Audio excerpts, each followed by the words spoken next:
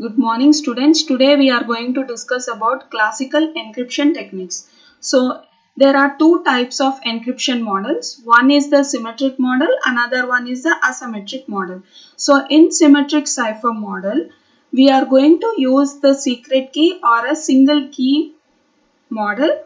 So at the both the encryption end and the decryption end, we are going to use only one particular key or same key is being used. So let us see how the symmetric model will be, the cipher model will be there.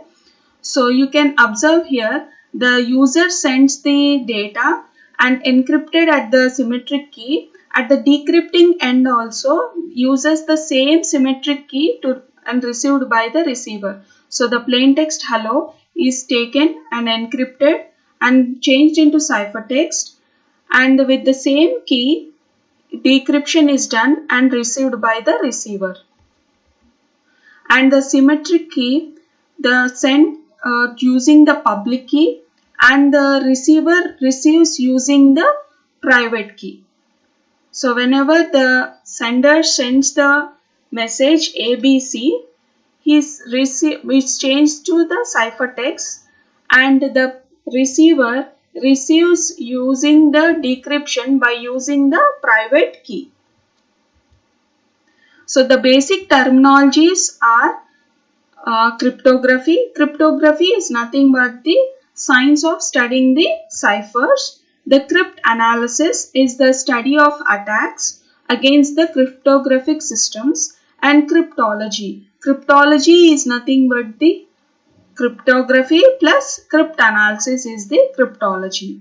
So what is cryptanalysis? Cryptanalysis is used to find out the cryptographic security systems and gain access the contents of the encrypted messages even if the cryptographic key is unknown.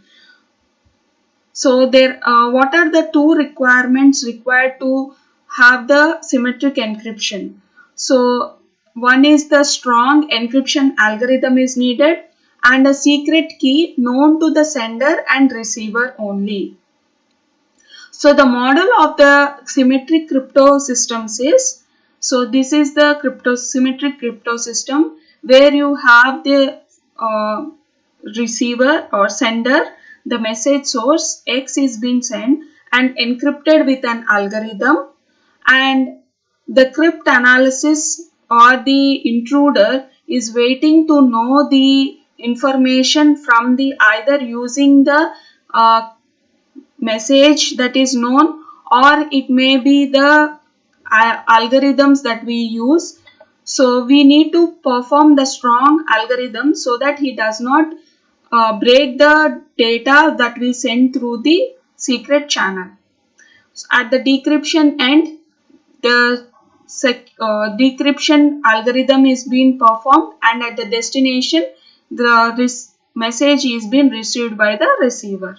So this secure channel is nothing but the key is being sent through the sender to the receiver.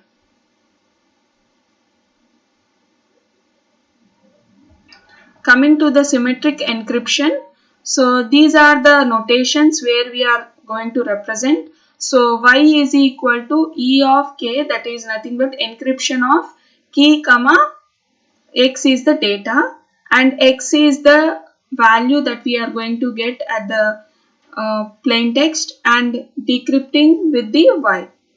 So k comma y. So x is a plain text, y is a ciphertext, k is a secret key, E represents the encryption and D represents the decryption. So coming to the cryptanalytic attacks. So there are 4 cryptanalytic attacks. One is the ciphertext only, second one is a known plain text, third one is a chosen plain text, and the fourth one is chosen ciphertext. Coming to the first one, ciphertext only attack. So you can see the model over here. So ciphertext only attack is an attack where the message is sent from the sender to the receiver.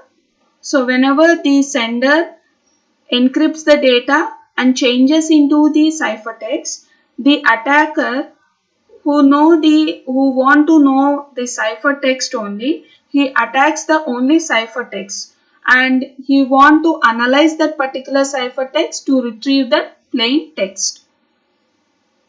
So ciphertext attack is the only in the case which the encrypted message is available for attack. In this situation, the attacker does not know anything about the content of the message and must work on the ciphertext only. Next one is known plaintext attack. The known plaintext attack is nothing but whenever the sender sends the message to the receiver, already the receiver knows something about the plain text, that is previously certain pair of the plain text may have by the intruder. So he may get that plain text and he want to take that particular ciphertext and analyze whether that plain text is the form of the same pairs which was already there with him.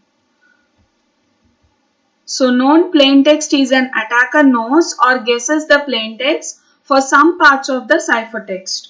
The task is to decrypt the rest of the ciphertext blocks using this information.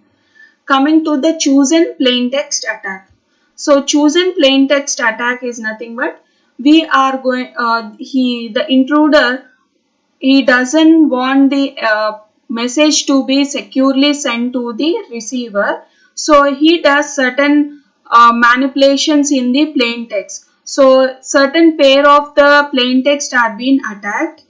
So a pair of the plain text is being chosen by the attacker and he want to attack that particular data. So that attack we say as a chosen plain text attack. So he will take the cipher and analyze the plain text. Chosen plain text attack is the attack for the cryptanalysis which presumes the attacker to obtain the ciphertext for the arbitrary plain text. The goal of the attack is to gain the information that reduces the security of the encryption schemes. Coming to the chosen ciphertext attack. So chosen ciphertext attack is nothing but the attacker does not attacks on the plain, but he whatever the ciphertext is being sent to the receiver that being attacked, or he want to change that particular ciphertext. So that attack we say as a chosen ciphertext attack. So chosen ciphertext attack where the cryptanalysis, where the analyst can gather information by obtaining the decryption of the chosen ciphertext. From these pieces of information, the adversary can attempt to recover the hidden secret key used for the decryption. Next, coming to the brute force attack.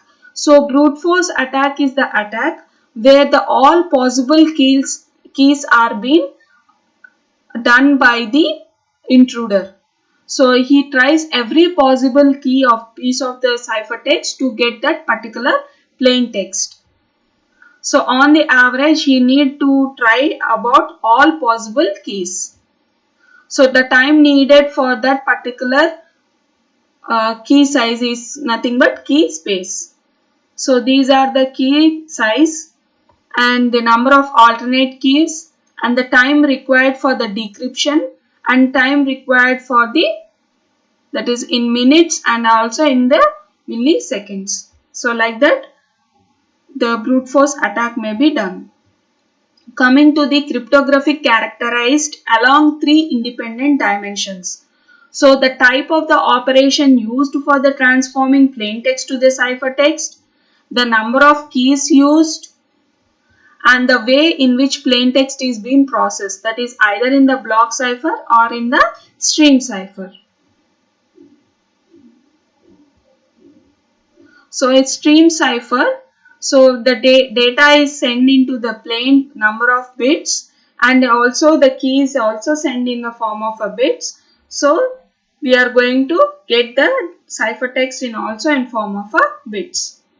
Coming to the block cipher, the data plain text is sent into form of a block size of 64 bit or 256 bit or 512 bit, and key is also sent in a form of a block of 64, 250 or 512, and the ciphertext that we are going to get is in the form of also block cipher in a form of a 64, 256 or 512 number of bit block. Thank you.